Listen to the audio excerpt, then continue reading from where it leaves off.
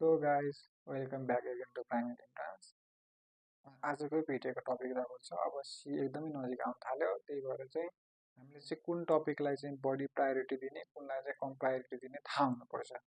किनकि धेरैले चाहिँ के गरेर हुन्छ भन्दाखेरि चाहिँ त्यो अननेसेसरी टपिक जुनको चाहिँ मार्क्स एल्डिङ चाहिँ एकदमै कम छ, जुनबाट चाहिँ एकदम कम मार्क्स आउँछ त्योहरू बढी फोकस गरेर हुन्छ। मेरो फर्स्ट एटेम्पमा पनि मलाई पढ्न मजा आउने, तर त्यहाँदेखि चाहिँ सीमा चाहिँ मार्क्स एकदमै कम आउने र मलाई चाहिँ पढ्न झ्याउ लाग्ने, तर चाहिँ त्यहाँदेखि चाहिँ सीमा एकदमै मार्क्स क्यारी गर्ने सब्जेक्टहरू थियो है। त्यही भएर चाहिँ मेरो फर्स्ट एटेम्पमा चाहिँ नाम आउन सकेको छैन। सो यो गल्ती चाहिँ हजुरहरूले नगर्नु भनेर आज मैले चाहिँ कुन कुन टपिकबाट कति कति मार्क्स आउँछ, कुन कुन चाहिँ हाई एल्डिङ टपिक हो भनेर चाहिँ भिडियो ल्याएको छु। यदि यो भिडियो हजुरहरूले चाहिँ लास्टसम्म हेर्नुभयो भने चाहिँ हजुरलाई सीको लागि केही न केही पक्कै पनि हेल्पफुल हुन्छ भन्ने चाहिँ मलाई लाग्छ है त। Now let's start with the topic. हामीलाई चाहिँ एमएससीसीले दिएको अनुसार चाहिँ के थाहा छ भन्दा चाहिँ एमएससीसीले प्रोभाइड गरेको सिलेबस अनुसार बोटनीको चाहिँ मार्क्स वेजेस भनेको चाहिँ कति भन्दा चाहिँ 14 हो। योबाट चाहिँ basic component of life and बायोडाइभर्सिटीबाट चाहिँ 11 मार्क्स सोध्छ। अनि त्यसपछि इकोलोजी एन्ड इन्भाइरोमेन्टबाट चाहिँ 5 मार्क्स सोध्छ। सेल बायोलोजी एन्ड जेनेटिक्स दुईवटा टपिक गरेर चाहिँ 12 मार्क्स सोध्छ।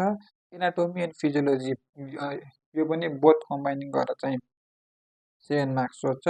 Then finally development and applied botany भनेर चाहिँ यहाँबाट चाहिँ 5 मार्क्स सोधेर हुन्छ। सो अब चाहिँ के पढ्ने, कहाँदेखि चाहिँ कुन कुन टपिकलाई चाहिँ बढी प्रायोरिटी दिने भनेर चाहिँ यो भिडियो चाहिँ स्टार्ट गरौँ है त।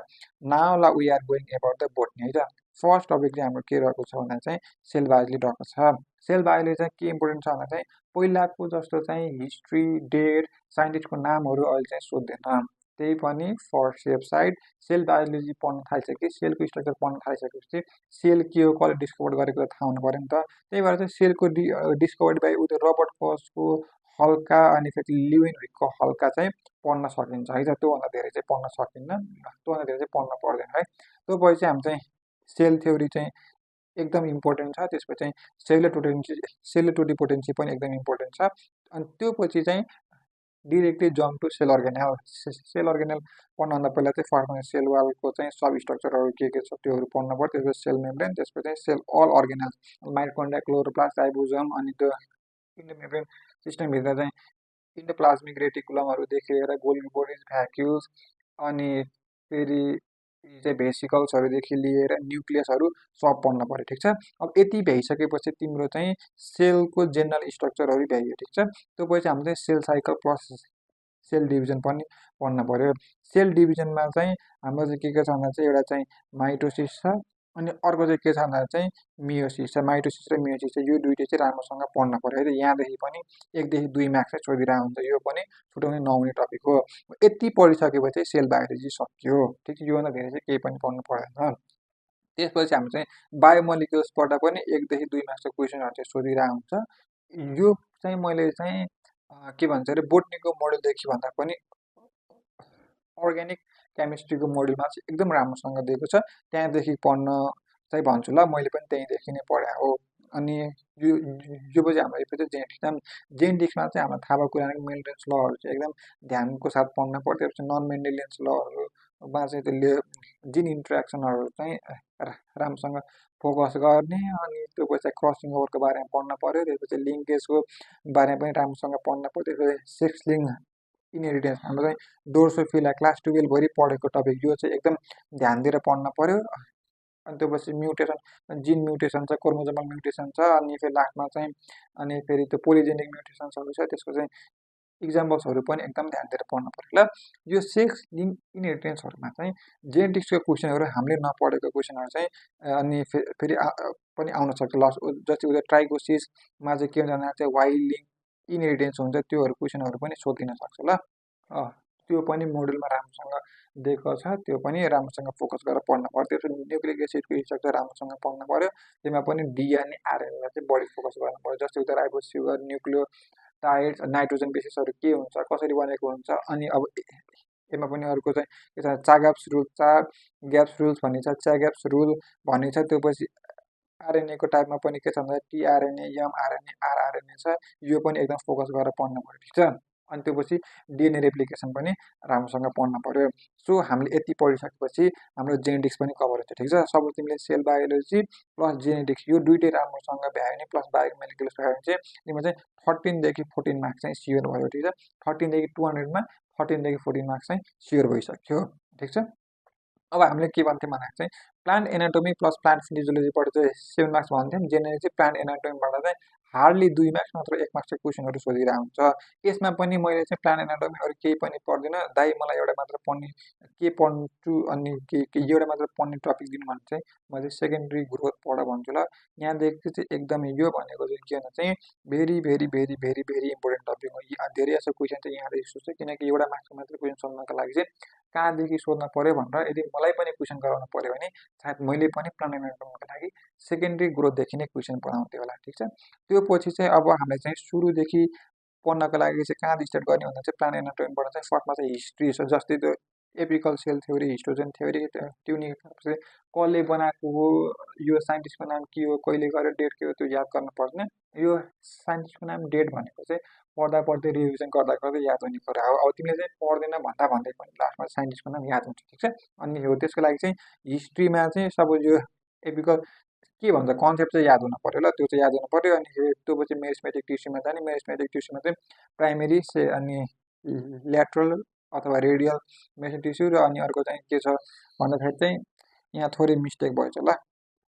अनि यहाँ लास्टमा चाहिँ के छ भन्दाखेरि चाहिँ किन मेटिङ त लास्टमा चाहिँ यो अर्को थर्ड चाहिँ के छ भने इन्टर क्यालोरी मेरिस्टिम छ क्या, इन्टर क्यालोरी मेरिस्टिम छ हो। यो तिनवटा चाहिँ एकदम ध्यान दिन पर्यो कहाँ पाइन्छ, प्लस यसको इक्जाम्पलहरू पनि राम्रोसँग पढ्नु पर्यो ल। यो चाहिँ राम्रोसँग ध्यान दिएर पढ्नु। अनि then further this permanent tissue is divided into simple permanent tissue र complex permanent tissue. Then this simple permanent tissue is again divided into parenchyma, collenchyma र स्क्लेन्काइमा। अनि complex permanent tissue xylem, phloem. यो सब पनि एकदम important हो, यसलाई पनि राम्रोसँग ध्यान दिएर इक्जाम्पल, यसको टाइप्सहरू, मोडिफिकेसन्सहरू, कहाँ पाउँछ, लोकेसनहरू सब राम्रोसँग याद गर्नु पर्यो ल। अनि त्यसपछि चाहिँ एनाटोमी अफ हामीलाई चाहिँ के पढ्नुपर्छ, मोनोकोट र डाइकोटको पढ्नुपर्छ। यसमा पनि root, stem, leaves, root, stem, leaves दुइटै, मोनोकोटको पनि डाइकोट पनि। पढ्दाखेरि चाहिँ रुटमा चाहिँ मोनोकोटको रुटमा चाहिँ के फरक छ, डाइकोट रुटमा चाहिँ के फरक छ, यसको स्टिममा चाहिँ के फरक छ, यसको स्टिममा चाहिँ के छ, लिपमा कस्तो के छ, भास्कुलर बन्डलको चाहिँ एरेन्जमेन्ट। भास्कुलर बन्डल भन्दा बित्तिकै हाम्रो के पर्छ भन्दाखेरि चाहिँ हाम्रो अब कि त भन्दाखेरि जाइलमको एरेन्जमेन्ट होस् अथवा चाहिँ फोलमको एरेन्जमेन्ट चाहिँ कस्तो छ भनेर चाहिँ क्वेसनहरू सोधिरहेको हुन्छ कि त्योहरू चाहिँ राम्रोसँग पढ्नु पर्यो ल। यति पढिसकेपछि एनाटोमी पनि सक्यो। अन्त चाहिँ हामीले एनाटोमीमा चाहिँ हिस्ट्रीमा चाहिँ हल्का धेरै फोकस गर्नु पर्यो। त्यो मेरिस्मेटिक टिस्युमा चाहिँ प्राइमेरी, ल्याटरल र इन्टरक्यालोरी चाहिँ कस्तो टाइपको कहाँ पाइन्छ भनेर फोकस गर्नु पर्यो। देन पर्मानेन्ट टिस्युमा चाहिँ simple permanent tissue, complete permanent tissue, parenchyma, collenchyma, sclerenchyma, xylem, phloem एकदम इम्पोर्टेन्ट टपिक भयो। देन एनाटोमी अफ मोनोकोट र डाइकोट। अब यसमा पनि रुट पढ्नु पर्यो, दुइटैको स्टिम पढ्नु पर्यो, लिफ पढ्नु पर्यो। पढ्दाखेरि चाहिँ कम्पेरिजन गरेर पढ्ने, त त्योपछि बुझ्न। अनि त्यसपछि सबभन्दा मोस्ट इम्पोर्टेन्ट भनेको सेकेन्डरी ग्रोथ भनेको त छुटाउनै नहुने टपिक हो, ठिक छ। यति पढिसकेपछि प्लान्ट एनाटोमी पनि सकियो। अब प्लान्ट एनाटोमी भनेको चाहिँ हामीले धेरै पढ्नु पर्ने तर मार्क्स चाहिँ एकदम थोरै आउने टपिक हो कि। अब देन हामी केमा मुभ गर्छौँ भन्दाखेरि चाहिँ we will be moving to plant physiology. Plant physiology भनेको चाहिँ प्लान्टले चाहिँ फङ्सन अथवा चाहिँ प्लान्टलाई सस्टेन गर्नको लागि चाहिँ भाइटल फङ्सन्सहरू के हो त्यो भनेको चाहिँ प्लान्ट फिजियोलोजीमा पर्छ, ठिक छ। अब हामीले चाहिँ सुरु कहाँदेखि गर्ने भने plant water relation. Plant water रिलेसनमा के भन्छ चाहिँ डिपी भनेको डिफ्युजन प्रेसर, अनि टोटल प्रेसर, अनि वाटर प्रेसर, टिपिपी, डब्लुपी, अनि टिपिपी रिलेसन्स के हुन्छ, ओस्मोसिस भनेको के हो, डिफ्युजन भनेको के हो, सब यो भनेको चाहिँ प्लान्ट वाटर रिलेसन्समा पर्छ। यो पनि भेरी भेरी इम्पोर्टेन्ट टपिक हो। यहाँ यो 1 मार्क्स त स्योर जहिले पनि सोध्छ।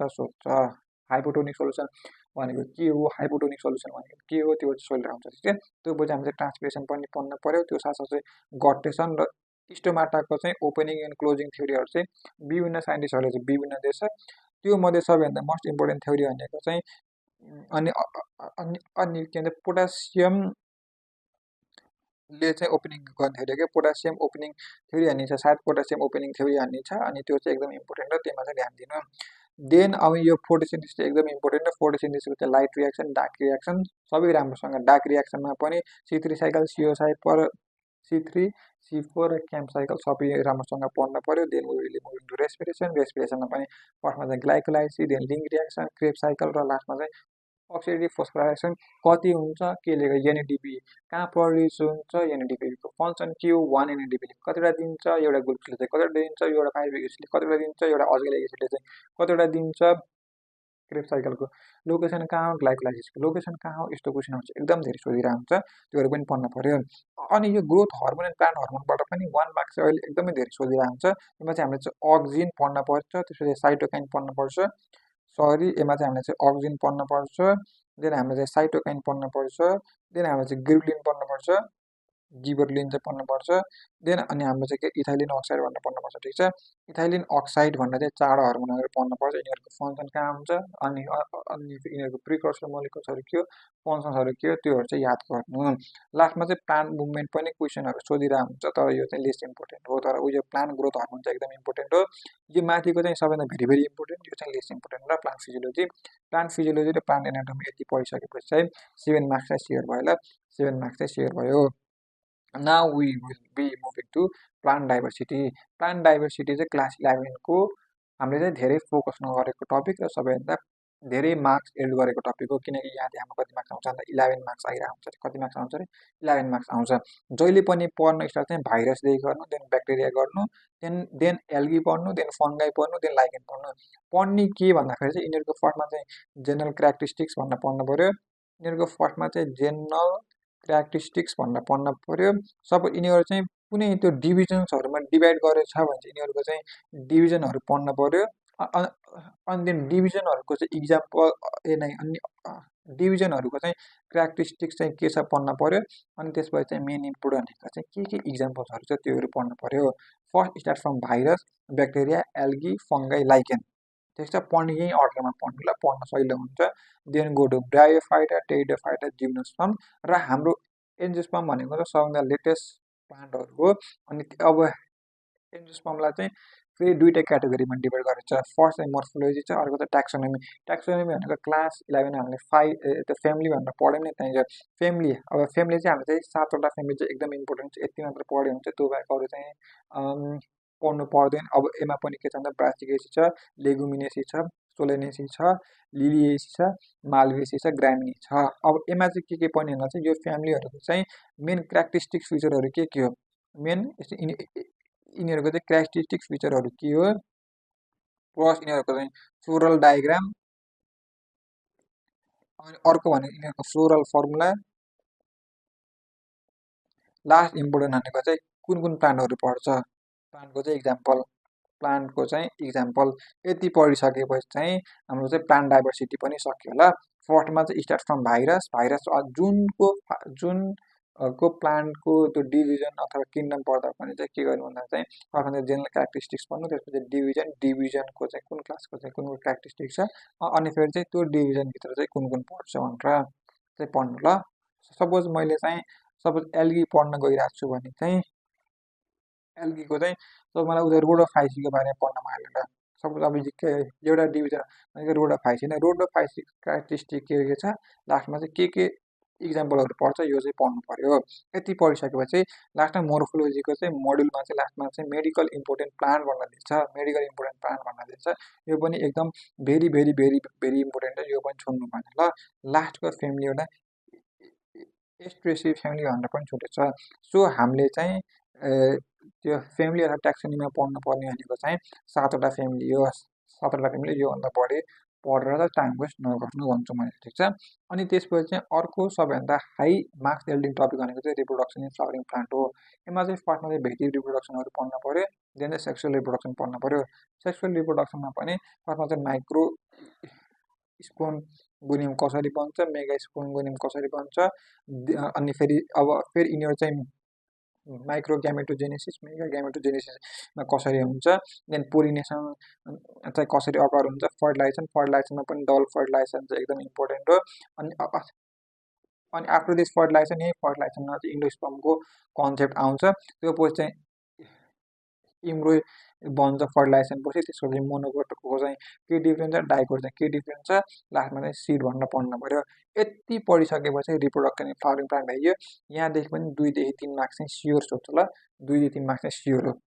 लास्ट सबैभन्दा चाहिँ हाई एल्डिङ र सबैभन्दा चाहिँ सजिलो टपिक बोटनीको भनेको चाहिँ इकोलोजी हो। कुन भन्दा इकोलोजी हो। इकोलोजीमा चाहिँ के पनि भन्दा चाहिँ फर्स्टमा चाहिँ ब्रान्च अफ इकोलोजी जस्तै इक्जाम्पलको लागि चाहिँ अर्टिकोलोजी भनेको के हो, सिनिकोलोजी भनेको के हो, यो पढ्न पर्यो।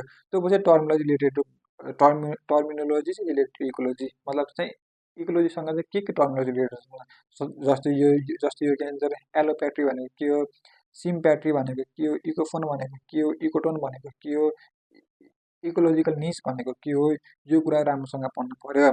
अनि अनि त्यो पछि हाम्रो के इकोलोजिकल फ्याक्टर जस्तै क्लाइमेटिक फ्याक्टरमा चाहिँ light, wind, temperature, humidity, rainfall यस्तोहरू पढ्न पर्यो। देन इराफिक फ्याक्टर भनेको सोइल, टोपोग्राफिक फ्याक्टर्स, बायोटिक फ्याक्टर्समा चाहिँ इन्टरेक्सन्सहरू, मतलब चाहिँ दुईवटा जुन त्यो बायोलोजिकल अर्गानिजम्सहरू छ तिनीहरूको बिचको चाहिँ इन्ट्रेक्सन कस्तो छ त्यो पढ्न पर्यो। त्यसमा चाहिँ फर्स्टमा चाहिँ सिम्बायोसिस, कमेन्सियलिजम, फोटोकपरेसन, प्यारासाइटिजम, यिनीहरू इमेन्सियलिजम, यिनीहरूको चाहिँ डेफिनेसन प्लस यिनीहरूको चाहिँ हामीले के पढ्ने भन्दा चाहिँ यिनीहरूको चाहिँ हामीले चाहिँ डेफिनेसन प्लस इक्जाम्पल चाहिँ पढ्न पर्यो। चाहिँ डेफिनेसन प्लस इक्जाम्पल्सहरू चाहिँ पढ्न पर्यो। यति भइसकेपछि हामी चाहिँ केमा मुभ गर्छ भन्दाखेरि चाहिँ we will move into ecosystem. इकोसिस्टममा चाहिँ कम्पोनेन्ट फर्स्टमा चाहिँ बायोटिक कम्पोनेन्टमा के छ, बायोटिक कम्पोनेन्टमा चाहिँ एउटा प्रड्युसर छ, अर्को कन्ज्युमर छ। अनि फेरि कन्ज्युमरमा पनि प्राइमेरी कन्ज्युमर, सेकेन्डरी कन्ज्युमर र टर्सरी कन्ज्युमर गरेर 3टा छ। अनि अर्को चाहिँ एबायोटिक फ्याक्टर्स भनेको चाहिँ नन लिभिङ कुरा भयो, यसमा चाहिँ धेरै टाइम चाहिँ वेस्ट नगर्नु। अनि फेरि त्यसपछि प्रोडक्टिभिटीको कुरा आउँछ। यसमा चाहिँ बेसिक प्रोडक्टिभिटी भनेको के हो, ग्रस प्रोडक्टिभिटी भनेको के हो, नेट प्रोडक्टिभिटी भनेको के हो, यो कुराहरू पनि राम्रोसँग ध्यानमा राखेर पढ्नु। देन सबैभन्दा मोस्ट इम्पोर्टेन्ट कुरा इकोसिस्टमको चाहिँ सबैभन्दा भेरी भेरी इम्पोर्टेन्ट कुरा, very very very very very important कुरा भनेको चाहिँ इकोलोजिकल पिरामिड्सहरू हो। यसमा चाहिँ हामीले चाहिँ के कुरा पढ्नु पर्यो भन्दा चाहिँ फर्स्टमा चाहिँ पिरामिड्स अफ नम्बर भनेको के हो, पिरामिड्स अफ बायोमास भनेको के हो, पिरामिड अफ इनर्जी भनेको के हो, यो चाहिँ एकदम इम्पोर्टेन्ट ल, very very very very very important. यो चाहिँ याद हुनैपर्छ। अनि त्यो पछि भनेको प्लान्ट सक्सेसन, एउटा चाहिँ कुनै प्लान्ट नभएको ठाउँमा चाहिँ एउटा चाहिँ प्लान्टको इकोसिस्टम कसरी ग्रो हुन्छ, यो पनि एकदम इम्पोर्टेन्ट ल, यो पनि एकदम इम्पोर्टेन्ट हो।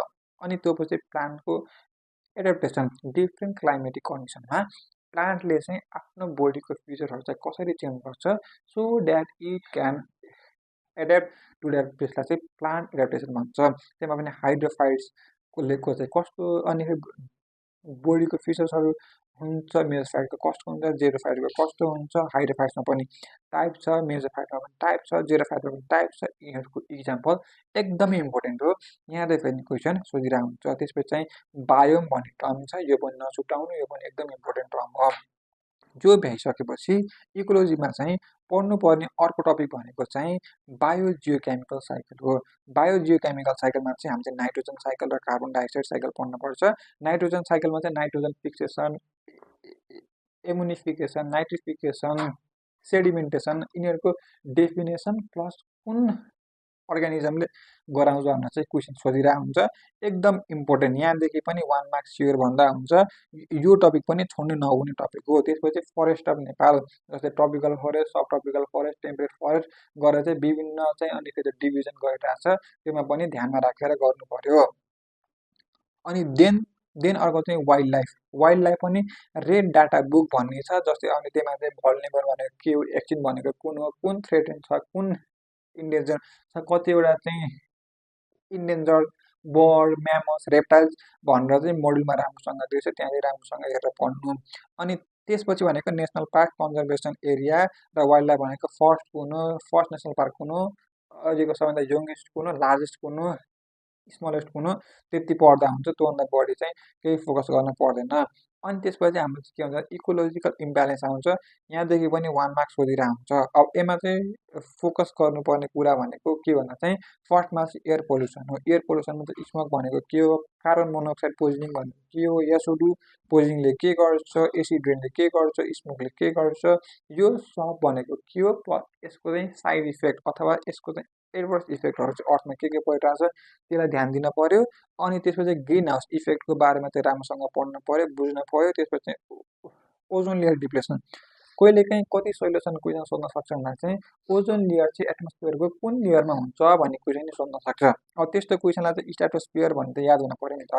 अब यति सजिलो क्वेसन पनि बिग्रिन्छ र त्यसको लागि चाहिँ अनि यो टपिक पनि इम्पोर्टेन्ट छ भनेर ध्यानमा राखेर पढ्नु पर्यो। त्यो पछि वाटर पल्युसन। वाटर पल्युसनमा चाहिँ दुईवटा टर्म छ ल, एउटा चाहिँ बायो म्याग्निफिकेसन छ, एउटा चाहिँ बायो म्याग्निफिकेसन छ, अनि अर्को भनेको चाहिँ बिओडी छ, अनि लास्ट भनेको चाहिँ बायो एक्युमुलेसन छ। बायो एक्युमुलेसन छ। यो तिनवटा टर्महरू चाहिँ राम्रोसँग ध्यान दिएर पढ्नु पर्ला। बायो एक्युमुलेसन, बायो म्याग्निफिकेसन र बिओडी चाहिँ राम्रोसँग ध्यान दिएर पढ्नु पर्यो। देन हाम्रो चाहिँ सोइल पोल्युसन छ। यो पनि अब यसमा पनि सोइल इरोजनको कुराहरू होला, ल्यान्डस्लाइडको कुराहरू होला, कुन मिनरलले चाहिँ कस्तो टाइपको पोइजनिङ गर्छ त्योहरू पनि राम्रोसँग पढ्नु पर्यो। अनि लास्ट भनेको रेडियो एक्टिभ पोल्युसन्स र नोइज पोल्युसन्सको बारेमा पनि हल्का हल्का हेर्नु। अनि अहिलेको रिसेन्ट कन्डिसनमा सबैभन्दा बढी मार्क्स एल्ड गर्ने हाई एल्डिङ टपिक भनेको चाहिँ एप्लिकेसन बायोलोजी हो। यहाँले चाहिँ 5 मार्क्स पर स्योर हो, किनकि हामीले यति धेरै बायोलोजी, बोटनी, मेडिकल साइन्सहरू पढ्छौँ। अब यसको कुनै पनि एप्लिकेसन नभए त पढेको के फाइदा। सो क्वेसन बनाउनेले पनि यसको एप्लिकेसनमा रहेर चाहिँ क्वेसन बनाइरहेको हुन्छ। सो एप्लिकेसन अफ बायोलोजी चाहिँ एकदम इम्पोर्टेन्ट टपिक हो, 5 मार्क्स स्योर हो। एप्लिकेसन अफ बायोलोजी भन्नाले एप्लिकेसन अफ बोटनी पनि पर्छ, एप्लिकेसन अफ जुलोजी पनि पर्छ। सो यसमा चाहिँ के पढ्ने भन्दा चाहिँ फर्स्टमा चाहिँ प्लान्ट टिस्यु कल्चरबाट सुरु गर्नु पर्यो, then genetic engineering, then biotechnology, then fermentation.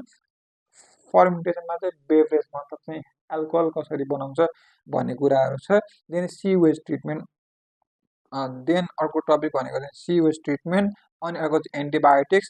भ्याक्सिनको पनि first generation vaccine, second generation vaccine, killed vaccine कुन बिसिजी कुन भ्याक्सिनमा पर्छ, ऱ्याबिज भ्याक्सिन कुन भ्याक्सिनमा पर्छ, डिपिडी भनेको चाहिँ डिप्थेरियाको भ्याक्सिनहरू चाहिँ कुन टाइपको भनेर चाहिँ जेनरल सजिलो क्वेसनहरू सोधिरहेको हुन्छ। त्यो चाहिँ क्लास 12को टेक्स्ट बुकमा पनि पढाइ हुन्छ, त्यही भएर यो पनि एकदम इम्पोर्टेन्ट क्वेसन हो। अब भर्खरै कोरोना आयो, अब कोरोनाको भ्याक्सिन कुन भन्ने सोध्न कस्तो टाइपको भ्याक्सिन भन्ने सोध्न सक्छ। अहिलेको जुन त रिसेन्ट कन्डिसन्सहरू हुन्छ नि त्यसलाई चाहिँ बढी फोकस गर्नुपर्छ एप्लिकेसन अफ बायोलोजीमा।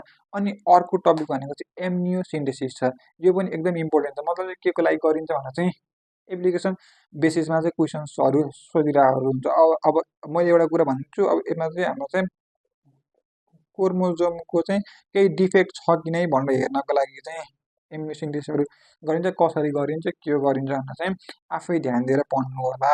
अनि अर्को चाहिँ के छ भन्दाखेरि चाहिँ टेस्ट ट्युब बेबी छ। यो पनि इम्पोर्टेन्ट टपिक छ। अब यसमा पनि फर्स्ट टेस्ट ट्युब बेबी भनेको कुन हो, जिफ्ट, जिआइएफटी जिफ्ट, जिआइएफटी जिफ्ट।